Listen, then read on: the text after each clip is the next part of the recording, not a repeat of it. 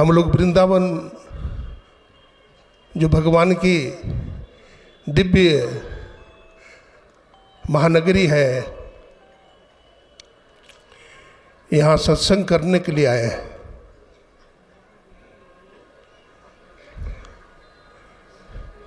America की प्रसिद्धि भलो ही डॉलर से होती हो, जापान की प्रसिद्धि पाउंड से होती हो, ईरान की प्रसिद्धि पेट्रोलियम से, इराक की प्रसिद्धि डीजल से होती हो, और कुवैत की प्रसिद्धि किरासन तेल से होती हो, लेकिन भारतवर्ष की प्रसिद्धि इन वस्तुओं से नहीं है। भारत की प्रसिद्धि संतों से है, सत्संग से है, महर्षि में ही है से है, और महाजोगेश्वर भगवान श्री कृष्ण की नगरी वृंदावन से है।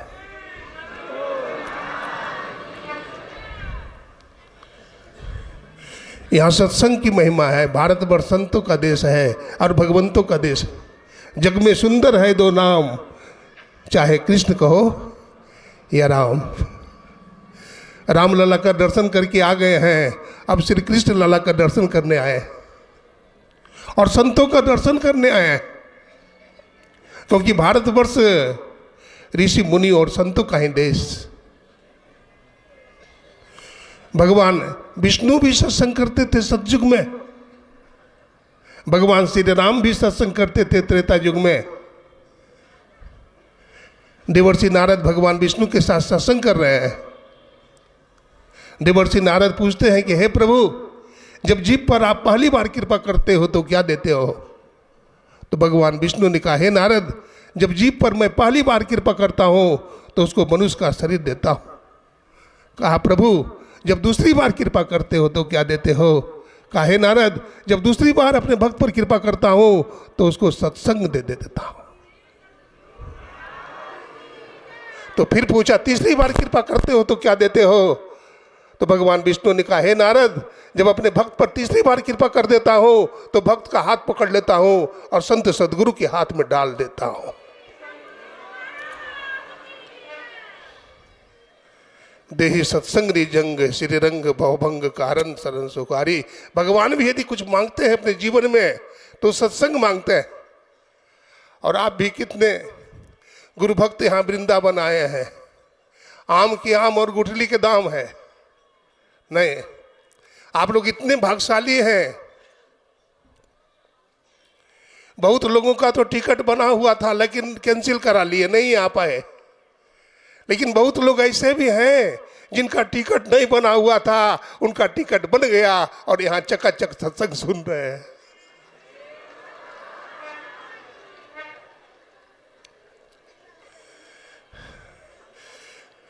भगवान श्री कृष्ण की बात ही मैं सुनाता हूं थोड़ा। भगवान की नगरी है।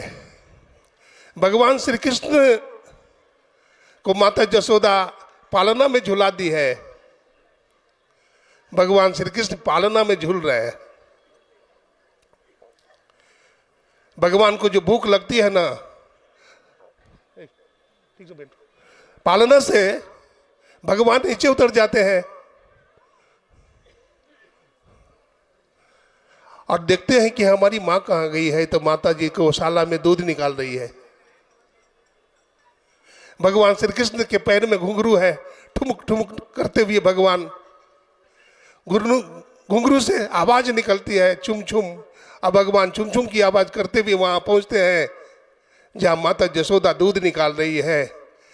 गले में लिपट जाते हैं भगवान। माता जसोदा देखती है लाला आ गया है। अब बाल्टी का दूध भरी हुई है। माता जसोदा कन्हैया को गोद में उठा लेती है। इधर बहुत बड़ा भांडे में 1 क्विंटल दूध उबल रहा है, उफान आ रहा है। माता जसोदा कन्हैया को नीचे पटक देती है और दूध को बचाने के लिए चली जाती है। भगवान को चोट लग जाती है। भगवान श्री कृष्ण रोने लगते हैं और रोते हुए भगवान कहते हैं, देखो ये माता जसोदा है। दुनिया के लोग समझते हैं कि माता जसोदा कन्हैया को बहुत प्यार करती है। ये कन्हैया को प्यार करती है कि दूध से प्यार करती है? ये लगता है दूध से ही ज्यादा प्यार करती है। भगवान श्री कृष्ण को गुस्सा आया, उन्होंने लाठी लिया और धड़ाम से मारा और 1 क्विंटल दूध बह गया। अच्छा, भगवान ऐसा क्योंकि भगवान तो ज्ञानी है। तो भगवान ने माता जसोदा का विषयासक्त रूपी घड़ा को क्यों फोड़ दिया? भगवान ने दुनिया वालों को शिक्षा दिया, ये दुनिया वाले लोगों, अगर भगवान से, गुरु से ज्यादा महत्व तुम संसार के पदार्थों को दोगे, संसार के वस्तु को दोगे, तो तुम्हारा संसार का वस्तु मैं बिगाड़ दूंगा। भगवान ने फोड़ दिया बंडा। संसार का महत्व कम दें, सत्संग का महत्व ज्यादा दें, परमात्मा का महत्व ज्यादा दें, तो हमारा जीवन ऊपर उठेगा, हमारा जीवन ऊपर उठेगा। स्वामी विवेकानंद जी महाराज 1893 ईस्वी में शिकागो के धर्म सम्मेलन में पहुंचे थे, अमेरिका, जहां बड़े बड़े लर्नेड पर्सन, विद्वान धुरंधर आए थे। स्वामी विवेकानंद जी महाराज रामकृष्ण के परम भक्त थे, शिष्य थे, और रामकृष्ण परमहंस ने एक दिन विवेकानंद को गले लगा लिया था। रामकृष्ण की आंखों से अश्रु जल टपके, विवेकानंद की आंखों के भी आंसू आ गए थे। रामकृष्ण ने कहा था, बेटा नरेंद्र, आज मैंने तुझे सब कुछ दे दिया, आज मैं भिखारी हो गया, आज तुझे मैं सब कुछ दे दिया। वही विवेकानंद जी महाराज शिकागो के धर्म सम्मेलन में गए, जिनका पासबुक भी खो गया था। स्वामी विवेकानंद जी महाराज जब वहां पहुंचे और उनको बहुत कम समय दिया गया, 5 मिनट, और 5 मिनट के समय में ही स्वामी विवेकानंद जी महाराज 2 मिनट तो आंख बंद करके अपने गुरु का ध्यान करते रहे। अमेरिका के लोगों ने कहा, India has gone silent, Bharat चुप हो गया है। विवेकानंद जी उस समय विवेकानंद नहीं थे, उस समय भारत थे। और उन्होंने, बड़े बड़े विद्वानों ने तो क्या कहा, dear lady and lada, dear gentleman. अरे अमेरिका में तो डार्लिंग बोलते हैं। स्वामी विवेकानंद जी ने उन अमेरिका वासियों को, भाइयों को और बहनों को बहन और भाई कर करके संबोधित किया। Dear brothers and sisters of America जब कहा, तो उन्होंने सोचा कि आज हमारा भाई भारत से आया है, कोई ऋषि आया है जो हमको भाई कह करके संबोधन किया है, हमको बहन से कह करके संबोधित किया है। लोगों ने इतनी तालियां बजाई, इतनी तालियां बजाई कि पूरा हॉल जो है तालियों की गुंजार से एकदम गूंज उठा। ये हमारा देश भारतवर्ष। और विवेकानंद जी से पूछा गया कि Maharaj, Swami ji, you can speak, you may speak, you can speak. Swami ji आप जितना देर तक बोल सकते हैं आप बोलिए। मैक स्वामी जी के सामने कर दिया। स्वामी जी से पूछा गया आप कितना देर तक बोल सकते हैं? भारत के ऋषि ने कहा, जब तक धरती रहेंगे, जब तक आसमान रहेंगे, जब तक चांद रहेंगे, जब तक सितारे रहेंगे, मैं बोलता रहूंगा और हमारा प्रवचन कभी भी समाप्त नहीं होगा। स्वामी जी ने कहा, work unto death, when I have gone my spirit will work with you. The wealth, fame and enjoyments are only for a few days, these are mortal, so be careful and stand up and find out the divinity, self-realization and deep consciousness. This is only condition of perfection. Swamiji told, you are powerful, not powerless. You can do anything. You are God. I am not body, but I am soul. ये वेदांत का ज्ञान स्वामी जी ने दिया। हम आत्मा हैं, हम शरीर नहीं हैं, हम इंद्रियां नहीं हैं, हम मन नहीं हैं, हम बुद्धि नहीं है। ये हमारा भारतवर्ष बतलाते हैं। वहाँ के लोगों ने कहा, आपका देश धार्मिक देश है, आपके देश में मूर्ति पूजा होती है, आपके देश में श्री राम की पूजा होती है, श्री कृष्ण की पूजा होती है, दुर्गा की पूजा होती है। बोला हाँ होती है, तो क्या है, होती। कहा कि वो जो भगवान श्री कृष्ण गोपियों का माखन लूट कर खा गया था, वो जो श्री कृष्ण गोपियों का कपड़ा भी चुरा लिया था, उसे आप भगवान कहते हैं। और जब वो बांसुरी बजाता था तो गोपियां की भीड़ लग जाती थी, सब उनका दर्शन करने के लिए आते थे। स्वामी विवेकानंद जी ने कहा, इसका जवाब मैं कल दूंगा। स्वामी जी प्रवचन दे रहे थे अमेरिका में। उस दिन स्वामी जी स्टेज पर नहीं पहुंचे, वो एक पहाड़ी पर चले गए। सब लोग इंतजार कर रहे थे, हजारों लोग इंतजार में हैं कि स्वामी जी आज प्रवचन करने के लिए नहीं आए, क्या बात है, क्या बात है। सब उदास हो गए। पता लगाते लगाते पता चला कि स्वामी जी तो एक पर्वत के ऊपर ध्यानस्थ हैं। सब लोग वहीं पहुंच गए और स्वामी जी तो समाधि में है। सब लोगों ने घेर लिया। जब स्वामी विवेकानंद जी की आंखें खुली तो देखा कि बड़ी भीड़ है। उन्होंने पूछा, आप कौन हो, आप कहाँ आए हो? बोला, स्वामी जी मैं आपका प्रवचन सुनने के लिए आया हूँ। तो मैं आपका कौन होता हूँ? भाई, बंधु, आपका परिजन। बोला, स्वामी जी आप हमारे आत्मीय हैं, आप भारत के संत हैं। बोला, तुम कल प्रश्न पूछा था कि भगवान श्री कृष्ण जब बांसुरी बजाते थे तो गोपियों की भीड़ लग जाती थी, गोप सब वहां पहुंच जाते थे, उसमें क्या रहस्य की बात है? स्वामी विवेकानंद जी ने कहा, तुम बताओ, तुम हमारे पास क्यों आए हो? तो उन्होंने कहा कि स्वामी जी मैं आपके प्रवचन से प्रभावित हो गया हूँ, आपसे खिंच गया हूँ। भगवान श्री कृष्ण ने कहा, भगवान श्री कृष्ण की बातों से भगवान श्री कृष्ण ने दुनिया को ज्ञान दिया है, भगवान श्री कृष्ण ने संपूर्ण विश्व को जगाया है, इसलिए भगवान की वाणी गोपियों को खींच लिया करती थी, खींच लिया करती थी।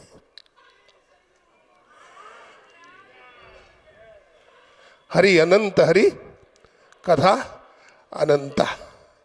देखिए, भगवान श्री कृष्ण को माता जसोदा आज बांधना चाह रही, क्योंकि भगवान माखन की चोरी करते हैं ना, आज बांधना चाह रही है। अब भगवान भागे जा रहे हैं, जिसके डर से काल भी भयभीत होता है, आज भगवान भागे जा रहे हैं, भागे जा रहे हैं, भागे जा रहे हैं भगवान। माता जसोदा कहती, गोपियां रस्सी लाओ। गोपियां रस्सी लाती है, बांधती है माता जसोदा, लेकिन 2 अंगुल रस्सी छोटी पड़ जाती है। महर्षि वेदव्यास जी कहते हैं, ये रस्सियां क्या है? ये रस्सियां गोपियां है, भगवान श्री कृष्ण की पत्नियां हैं। और कोई भी धर्म पत्नी अपना पति को बांध नहीं सकती, नहीं बांध सकती, तो 2 अंगुल रस्सी छोटी पड़ जाती है। सज्जनों, महर्षि वेदव्यास जी कहते हैं, ये रस्सी का छोटा पड़ना 2 अंगुल क्या है? ये अहंकार है और ममता है। जीव के अंदर अहंकार है, जीव के अंदर ममता है, इसलिए परमात्मा प्रसन्न नहीं होते हैं। परमात्मा को बांधना हो तो अहंकार को छोड़ो और ममता को छोड़ो, तो परमात्मा बंध जाते हैं। भगवान श्री कृष्ण कहते हैं, हमको दुनिया में कोई नहीं बांध सकता। भगवान जब अपने भक्त से प्रसन्न होते हैं तो ज्ञान दे देते हैं, मुक्ति दे देते हैं, लेकिन भक्ति नहीं देते हैं। क्योंकि भगवान अगर अपना भक्ति दे देते हैं तो भगवान को खुद बदलना पड़ जाता है। मनुष्य रूपा को भक्ति दे दिया तो भगवान को राम बन करके आना पड़ा, राजा दशरथ का पुत्र बनना पड़ा। भगवान ने दामा जी को अपना भक्ति दान किया, भगवान ने श्री राधा जी को भक्ति दान किया, तो भगवान को बंधन स्वीकार करना पड़ेगा। प्रेम के बंधन मुरारी बंध गए, जो भी दर पे आए थे वो भी तर गए। हमारे महासभा के पदाधिकारी गण बैठे हैं और हमारे महामंत्री जी इशारा किए थे कि स्वामी जी थोड़ा बढ़ भी जाइएगा तो कोई बात नहीं है। देखिए, जो सत्संग ये हमारे महापुरुष महासभा के जो है, हमारे विद्यार्थी लोग भी बड़े कर्मठ हैं। कृष्ण बाबू भी विराजमान है, हमारे विजय बाबू और हमारे अरुण अग्रवाल साहब, महासभा के समस्त पदाधिकारीगण, हमारे क्या नाम है रांची वाले जो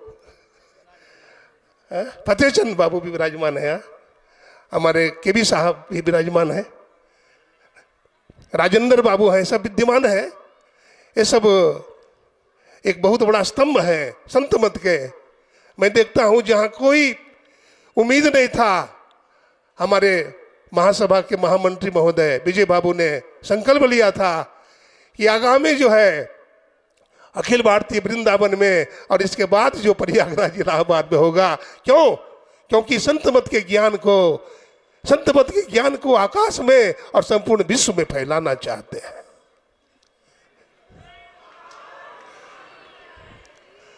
इन्होंने जो संकल्प आज से 20 वर्ष पहले होना था, वृंदावन की बात उठी थी, लेकिन वृंदावन में सत्संग नहीं हुआ था।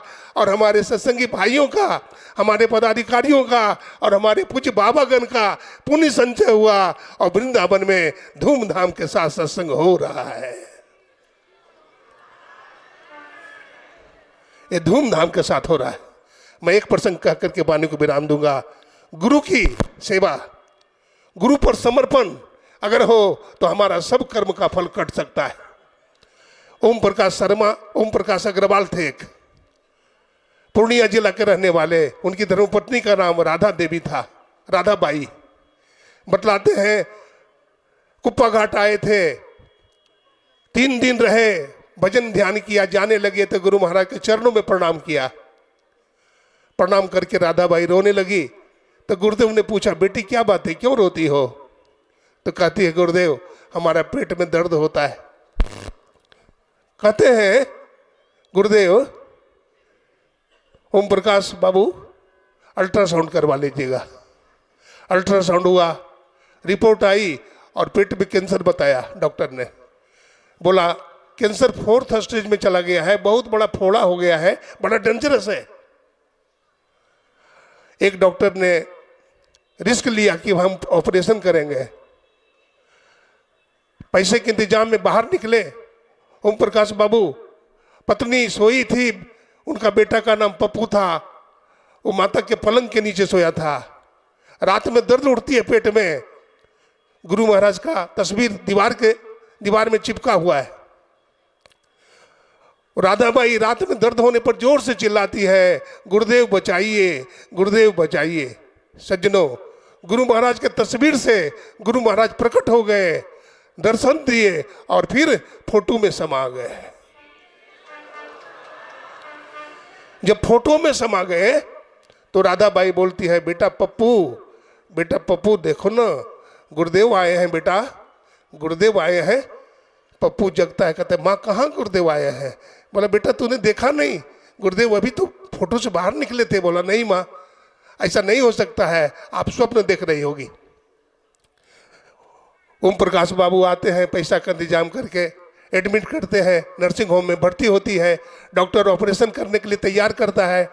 टेबल पर कैंची है, टैबलेट है, कैप्सूल्स है और बैंडेज है। डॉक्टर ऑपरेशन कर देता है। ऑपरेशन के बाद नियत समय पर होश नहीं आती है पेशेंट को। डॉक्टर समझ जाता है कि पेशेंट मर गया है। डॉक्टर घबरा गया। मरीज का पर्ची लेकर के डॉक्टर बाहर निकलता है। निकलना ही चाह रहा है कि क्या देखता है, एक बूढ़े बाबा हैं। बूढ़े बाबा रोगी का मस्तक छू देते हैं और वो राधा माता आंख खोल देती है, वो जीवित हो जाती है। डॉक्टर बोलता है पर्चा लेकर के, ओम प्रकाश शर्मा कौन है? तो ओम प्रकाश शर्मा बाहर में बैठे थे। सर मैं ही ओम प्रकाश शर्मा हूँ। अच्छा आप ही हैं? बोला हाँ। तो आप लोग कितने लोग इलाज कराने आए थे, ऑपरेशन कराने के लिए? बोला हम 4 लोग आए थे। बोला कौन कौन आए थे? बोला एक मैं था, एक हमारी धर्मपत्नी थी और एक हमारी बड़ी बहू थी, तो 3 ही लोग हुए। चौथा कौन आए थे? गुरु महाराज पर इतना समर्पण था, वो कहते हैं चौथा हमारे गुरु महाराज आए थे। आपके गुरु महाराज आए थे? बोला हाँ। एक बात बताना, आपके गुरु महाराज का दर्शन मैं नहीं किया हूँ, आपके गुरु महाराज बूढ़े हैं क्या? बोला हाँ हमारे गुरु महाराज बूढ़े हैं। उनके बाल दाढ़ी सफ़ेद है क्या? बोला हाँ हमारे गुरुदेव की बाल दाढ़ी सफ़ेद है। वो हाथ में लाठी भी रखते हैं क्या? बोला हाँ हाथ में लाठी भी रखते हैं। वो भगवा कपड़ा पहनते हैं क्या? बोला हाँ वो भगवा कपड़ा भी पहनते हैं। तो धन्य है गुरुदेव, आपके गुरुदेव का तो दर्शन मैं कभी नहीं किया था, आज दर्शन हुआ था। आपके गुरुदेव, आपकी पत्नी तो मर गई थी, लेकिन ज्यों ही बाबा ने मस्तक पर हाथ रखा आपकी पत्नी जीवित हो गई थी। आपके गुरुदेव इस धरती पर कोई मनुष्य नहीं, साक्षात परमात्मा है। महर्षि में ही साक्षात परमात्मा है, महर्षि में ही साक्षात परमात्मा है। तो संत की कृपा से है ना, हमारे कर्म फल भी कटता है। इसके लिए हम लोग अभी सुन रहे थे बिंदु ध्यान महालिंगम शिव शक्ति निकेतनम देहम शिवालयम प्रोक्तम सिद्धिदम सर्वदेहिनाम यदि शैलसमम पापम विस्तीर्णम बहुयोजनम विद्यते ध्यान जोगेना नान्यो वेद कदाचना। यदि कर्म का फल भगवान राम को भोगना पड़ता है, कर्म का फल भगवान श्री कृष्ण को भोगना पड़ता है, तो हमें नहीं भोगना पड़ेगा, हमें भी भोगना पड़ेगा। ये अखिल भारतीय का जो सत्संग हुआ है और इतने जनसैलाब, इतना आनंद बरसा है, बहुत कष्ट हुआ है, आप लोग बुरा नहीं मानेंगे, लेकिन यहाँ हमारे महासभा लोग ही कराए हैं, हमारे विजय बाबू महासभा ने बीड़ा उठाई और आप लोग का सहयोग है। हम लोगों का भी कर्तव्य बनता है कि अधिक से अधिक दान करें, अधिक से अधिक सहयोग करें, ताकि यज्ञ संपन्न हो जाए। इन्हीं शब्दों के साथ गुरु महाराज के चरणों में नमन, सभी गुरुजनों को नमन, आप लोगों का हार्दिक अभिनंदन और अपने वाणी को मैं यहीं विराम देता हूँ। बोलिए प्रेम से श्री सद्गुरु महाराज की।